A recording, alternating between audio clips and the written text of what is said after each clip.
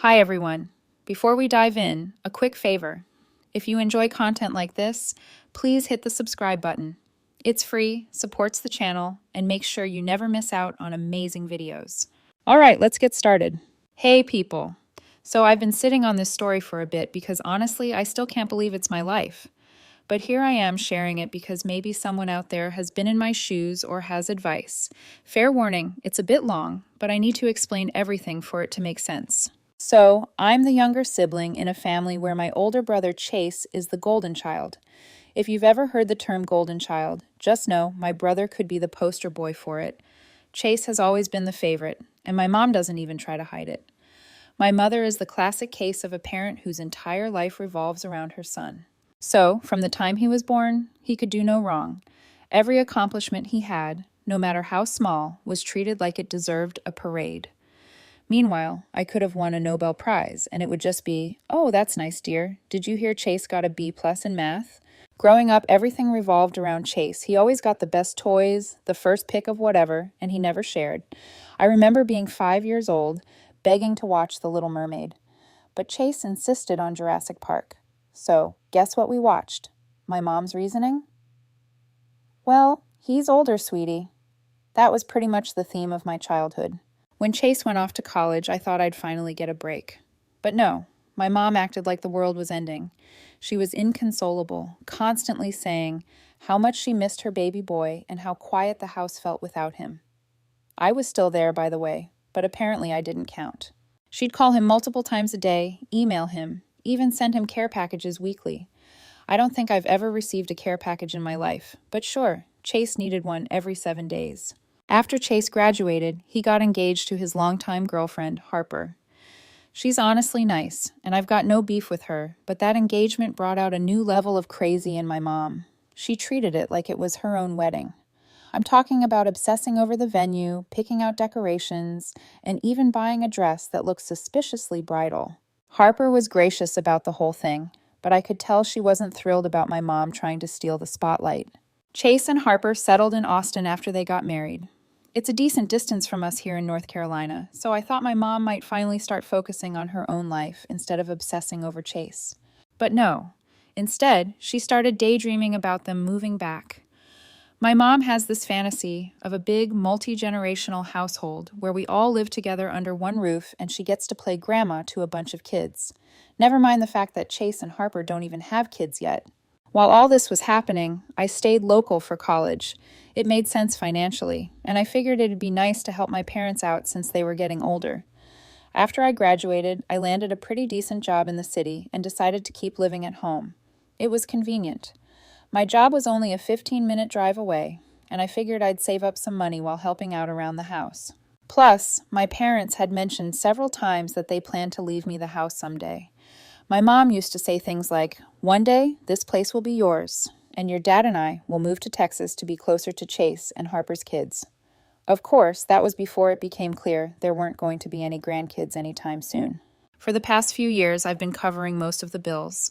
My parents retired early, and while they have a little bit of savings, it's not enough to cover everything. So I've been the one keeping the lights on, paying for groceries, and making sure everything gets taken care of. It hasn't been easy, but I didn't mind too much.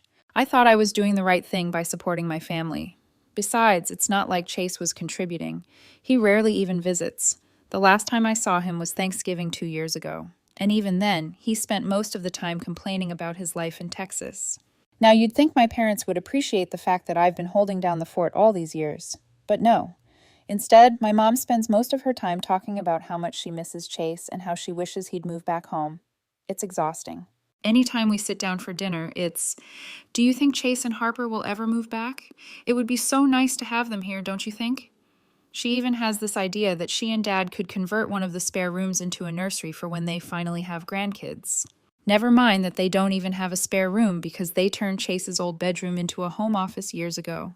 Speaking of the home office, let me tell you about that.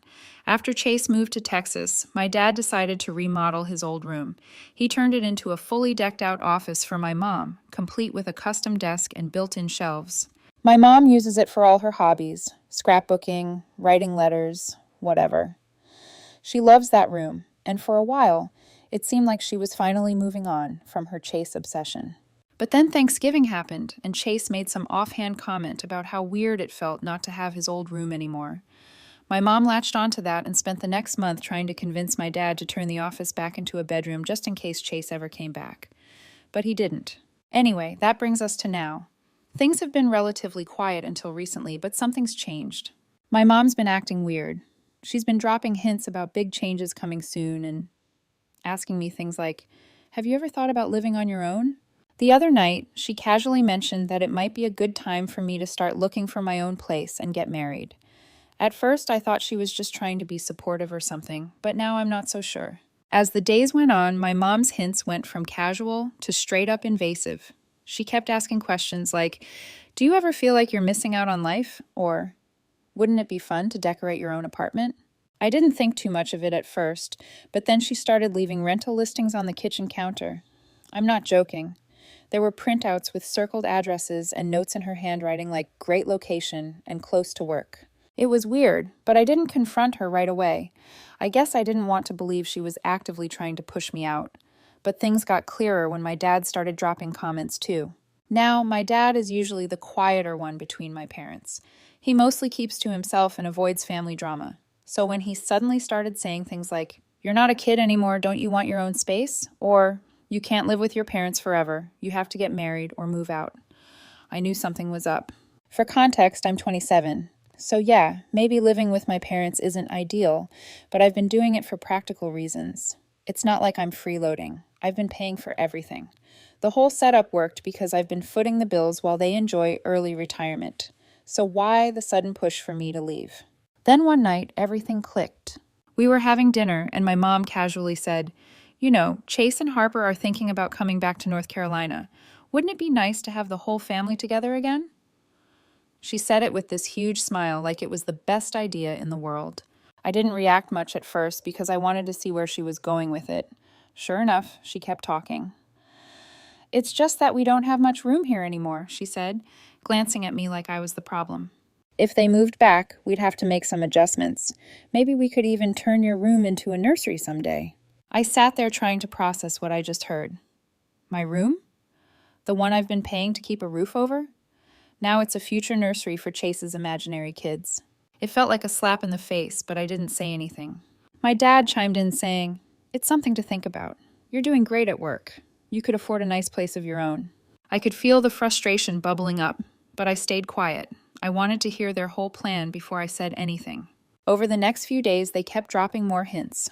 My mom brought up the idea of turning the home office back into a bedroom, just in case Chase and Harper needed it. She even started talking about how exciting it would be to have a full house again, as if I wasn't already living there. It became clear that this wasn't just some casual daydreaming. They were serious about Chase and Harper moving in. The part that really stung was how little they cared about my role in all this. I've been supporting them for years.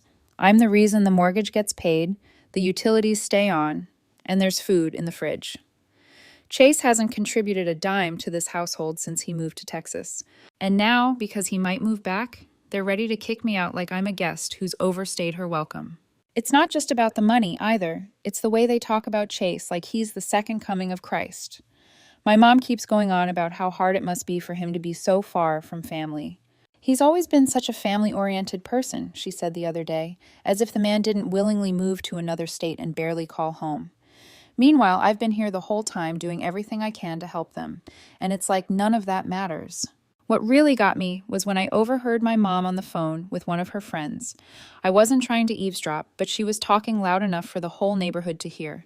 She was going on about how perfect it would be if Chase moved back and how she couldn't wait to have Harper around to help out with the cooking. I didn't hear her mention me once.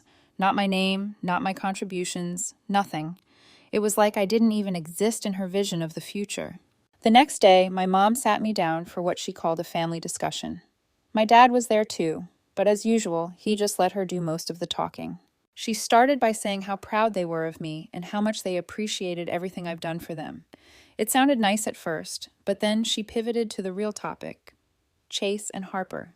"We've been talking about how to make this house work for everyone," she said, "and we think it might be time for you to spread your wings." I asked her what she meant, even though I already knew. "Well," she said, With Chase and Harper coming back, it'll be a little crowded, but we think it's a good opportunity for you to find your own place and start living independently. She said it like it was some great gift they were giving me, as if pushing me out of the house I'd been paying for was doing me a favor. I stayed calm and asked what they planned to do about the bills. My mom smiled and said, "Oh, we were hoping you could keep contributing for a while, just until Chase and Harper get settled." Yeah, because it made perfect sense. They wanted me to move out but still pay the bills so Chase and Harper could live rent-free. I don't even know if Chase has agreed to move back yet, but they're already rolling out the red carpet for him. At this point, it was hard to keep my emotions in check. I asked why Chase couldn't just get a place nearby if he really wanted to come back. My mom sighed and said, "It's not that simple. They're going through a lot right now, and they need family support. You wouldn't understand. You've always been so independent." She said it like it was a bad thing, like my independence was some kind of character flaw. The conversation ended with my mom asking me to think about it and let them know what I decide. I didn't say much. I was too angry to trust myself to respond without blowing up. Afterward, I went to my room and started pacing, trying to figure out what to do. I've never felt so hurt and unappreciated in my life. It's like everything I've done for them means nothing compared to the chance to have Chase back under their roof. Ever since that conversation, I kept going back and forth between being hurt and furious. It was hard to focus on anything else. Every time I looked around the house, I kept thinking about how much of it I'd kept running. The fridge was stocked because of me. The power stayed on because of me. The Wi-Fi they used to binge-watch shows all day because of me. But apparently none of that mattered because the golden child might be coming back. For the next week, things at home were weird. My parents were clearly waiting for my decision, but I wasn't ready to give them an answer yet. They kept acting like nothing was wrong, which made it worse. My mom was humming while making dinner, asking me how work was going, like she hadn't just asked me to uproot my life for Chase. My dad avoided me for the most part, which was typical of him when things got tense. Meanwhile, I started quietly preparing for what I knew I needed to do. I tried to figure out my options. I knew I couldn't keep living in a house where I was treated like an afterthought. Even if I stayed, the dynamic would never change, and I'd just be prolonging the inevitable. So, I started looking for apartments. It wasn't easy, because most places near my job were either outrageously expensive or came with reviews that sounded like horror stories. But I eventually found a small place that was reasonably priced and close enough to work that I could walk. The idea of not having to deal with traffic every morning was almost enough to make me smile. Once I decided to move, I realized how much I had to do before I could leave. First, I needed to make sure I had all my important documents: birth certificate, social security card, bank information. All of it had to come with me. I wasn't about to give my parents any excuse to hold something over my head later. I also started packing my things little by little. I didn't want to make a big scene, so I worked on it late at night when everyone else was asleep. During this time, I'd also started seeing someone, and having my own place was priceless. The apartment was fully furnished, so I moved in right away. As I was planning all this, I started noticing things I hadn't paid much attention to before, like how much of the furniture in the house was technically mine. Even the microwave was something I picked up during a Black Friday sale because ours had stopped working. The more I looked around, the more I realized how much I'd contributed to this house, and it just made me angrier. How could they ask me to leave when so much of this place was held together by me? A few days before I planned to move out, I overheard another conversation between my mom and Chase. She was on the phone again, this time gushing about how excited she was for him to come home. She kept saying things like, "Don't worry about anything, sweetie. We'll figure it all out, and we'll make sure you and Harper have everything you need." It was like she had already decided I was gone and Chase was moving in, even though I hadn't told her anything yet. That was the final push I needed to get out of there. The night I moved out was emotional, but not in the way you might think. I waited until midnight to start loading my car because I'm dramatic, just like that. My parents were asleep and I wanted to avoid any confrontations. I'd already signed the lease on my new apartment and the landlord had given me the keys, so there was nothing holding me back. Packing up my car was a surreal experience. I couldn't believe how much stuff I had accumulated over the years. It felt strange to see my life reduced to boxes and bags. Once everything was loaded up, I sat in the driver's seat for a moment and just breathed. I thought I'd feel sad, or maybe even guilty, but all I felt was relief. I was finally doing something for myself, and it felt good. Before I pulled out of the driveway, I sent a quick text to my mom. "I've moved out. The bills are your responsibility now. Good luck with that." It wasn't the most graceful exit, but I didn't think they deserved much more than that. The next morning, my phone blew up with calls and messages from my mom. She left several voicemails, each one more frantic than the last. The first one was just her saying, "What's going on? Did you leave? Call me back."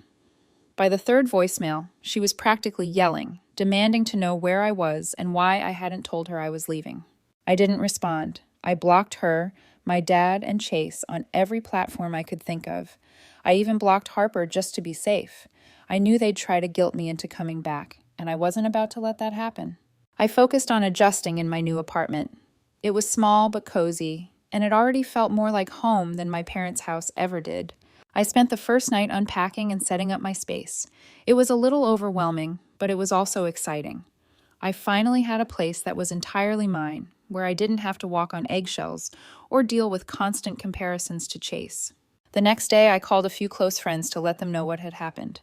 They were all supportive and said they couldn't believe how my parents had treated me. One friend even offered to help me decorate my new place, which was a nice gesture. It felt good to know I had people in my corner. But just as I was starting to settle into my new life, I got a call that threw me off balance. It was from a neighbor back at my parents' house. She wanted to check on me because she'd overheard a big fight between Chase and Harper the day before. Apparently, Chase and Harper had already arrived at my parents' place, and things weren't going smoothly. After hearing about the fight from the neighbor, I felt a weird mix of relief and dread.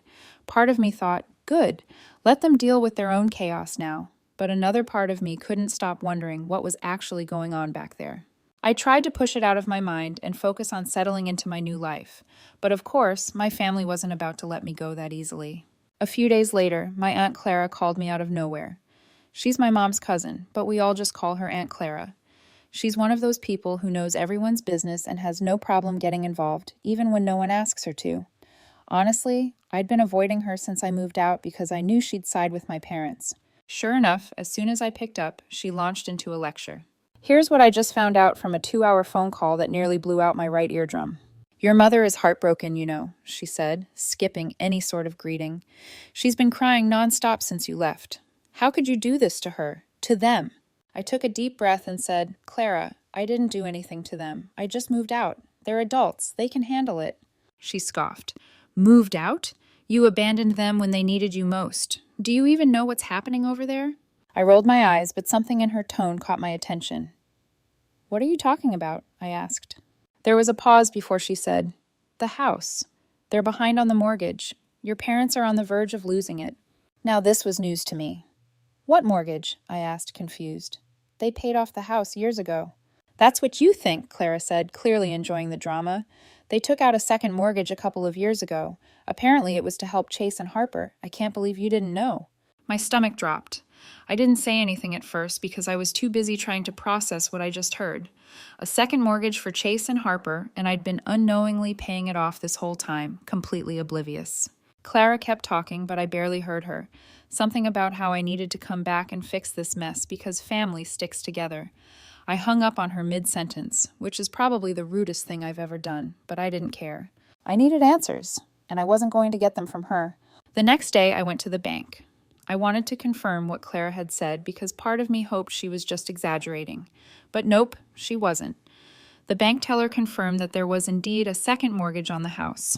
It had been taken out 2 years ago, and the payments were being automatically withdrawn from the account I'd been depositing money into every month. All this time, I thought I was just covering utilities and helping out with groceries. Turns out, I was also paying for a mortgage I didn't even know existed. The rage I felt in that moment was indescribable. It wasn't just that they'd lied to me, it was the fact that they'd taken advantage of me for years, without a second thought. I'd been working hard, budgeting carefully, and skipping out on luxuries so I could support them, and they used that money to bail out Chase and Harper. It was like every bad feeling I'd ever had about being second to Chase was suddenly validated in the worst way possible. I went home that night and just sat in my apartment. All I could think about was how stupid I'd been to trust them. I kept replaying every conversation we'd had about money, wondering how I didn't see the signs. My mom always made these offhand comments about how tight things were, but then insisted everything was fine whenever I offered to help more. Now I knew why. Because they didn't want me asking too many questions. The worst part was realizing how much they must have given to Chase and Harper. My parents aren't exactly known for being financially savvy, so I wouldn't be surprised if they gave Chase the bulk of the loan in one big chunk instead of spreading it out. And knowing Chase, he probably blew through it without a second thought. I debated confronting my parents about it, but I wasn't sure I could handle the conversation without losing my temper. Plus, I didn't want to give them the satisfaction of thinking I was coming back to help. They made this mess, and they have to clean it up on their own. Still, I couldn't help but feel hurt. It's one thing to play favorites. It's another thing entirely to lie to your kid and use her money to cover your mistakes. Over the next few days, I started getting more calls from family members. Clara must have told everyone because suddenly I was the villain of the story. My uncle left me a voicemail saying I needed to step up and do the right thing. Another cousin texted me, calling me selfish for abandoning my parents when they were struggling and that I left them on the verge of homelessness with nothing in their pockets. It was like they were all reading from the same script. What none of them seemed to understand was that this wasn't just about money. It was about years of being treated like I didn't matter. It was about always being expected to sacrifice for Chase while he got a free pass. And now they wanted me to come back and fix everything because they couldn't admit they'd screwed up. No thanks. Still, part of me couldn't stop thinking about what Clara had said about the house being in jeopardy. As much as I wanted to let them deal with the fallout on their own, I couldn't help but wonder what would happen if they actually lost the house. Would they come crawling back to me, begging for help? Would Chase step up for once in his life? Or would they all just blame me for not swooping in to save the day? I don't have answers now, but I know one thing for sure. I am not going to be their safety net anymore. They'd burned that bridge the moment they decided Chase's comfort was more important than my trust. I'll keep you guys posted.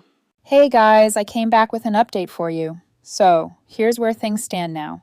A lot has happened since I found out about the second mortgage and decided to let my parents and Chase figure things out on their own. I thought I was done with them, but of course nothing is ever that simple with my family. After weeks of silence from my parents, I got an unexpected letter from the bank. Yep, the same bank that confirmed the second mortgage. It was a notice about missed payments on the house. Apparently, my parents had been late on their payments for months, and now foreclosure was looming.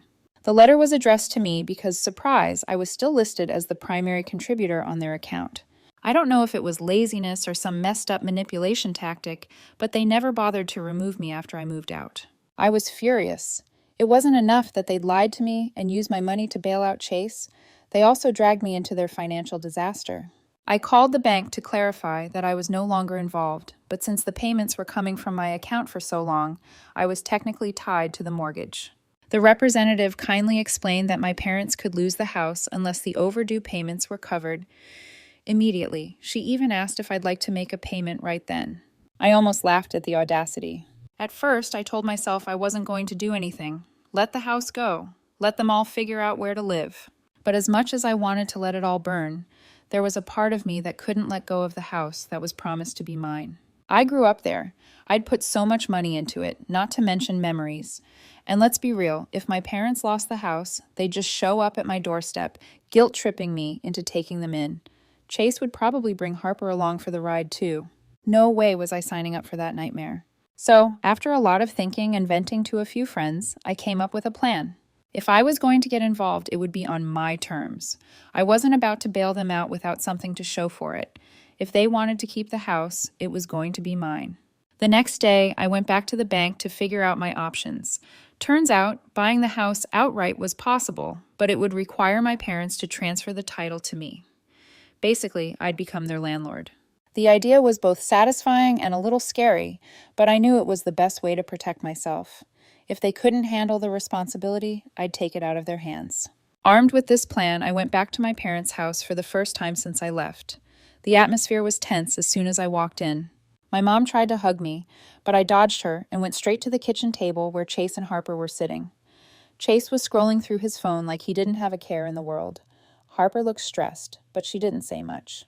My dad was off to the side pretending to read the newspaper. I laid it all out for them. I told them about the foreclosure notice, the missed payments, and how the bank had contacted me. My mom tried to interrupt with some excuse about how things have been tight, but I shut her down. I don't want to hear it, I said. You lied to me about the mortgage, used my money without telling me, and now you're expecting me to clean up your mess. Here's the deal. I'll save the house, but only if you sign it over to me. The room went silent. My dad was the first to speak. That's ridiculous, he said. This house is our legacy. You can't just take it from us. Your legacy? I shot back. You put this house at risk the moment you took out that second mortgage to help Chase. You've done nothing but take advantage of me, and now you're facing the consequences. Either sign it over or lose it. Chase finally looked up from his phone, glaring at me. You're seriously trying to steal the house? Wow, real classy. You always were jealous of me. I laughed in his face. Jealous of what? Your freeloading lifestyle? Please. I'm offering a solution to a problem you helped create. If you don't like it, feel free to pack your bags and find somewhere else to live. Harper looked like she wanted to say something but held back. I couldn't blame her. It was clear she was stuck in the middle of all this chaos. My mom started crying, of course, but I didn't let it sway me. I'd seen this act too many times to fall for it again. It's your choice, I said, standing up. Sign the house over or let the bank take it. I don't care which. I gave them a week to decide. During that time, I kept getting calls from my mom begging me to reconsider. She tried every tactic: guilt, anger, manipulation, but I didn't budge. I told her the same thing every time. I'll take care of the house if it's mine, otherwise I'm out. Eventually, they caved. My dad called me a few days later, saying they were ready to sign the paperwork. I think the reality of losing the house finally hit them. They didn't want to move, and they definitely didn't want to rely on Aunt Clara or anyone else for help. Chase wasn't happy about it, but there wasn't much he could do. Harper, surprisingly, seemed relieved. I think she saw this as a chance to escape the chaos, even if she didn't say it outright. Once the paperwork was finalized, the house was officially mine. I made it clear that my parents could stay as long as they followed my rules. They had to keep up with their share of the bills, and Chase would have to start paying rent if he wanted to stay. No exceptions. Chase, of course, threw a tantrum. He called me every name in the book, accusing me of being selfish and ruining the family. I just shrugged it off. I'd spent enough of my life trying to please them, and I wasn't going to waste any more energy on his whining. As for my parents, they seemed to accept the new arrangement, but things were definitely strained between us. My mom barely spoke to me unless it was absolutely necessary, and my dad kept his distance.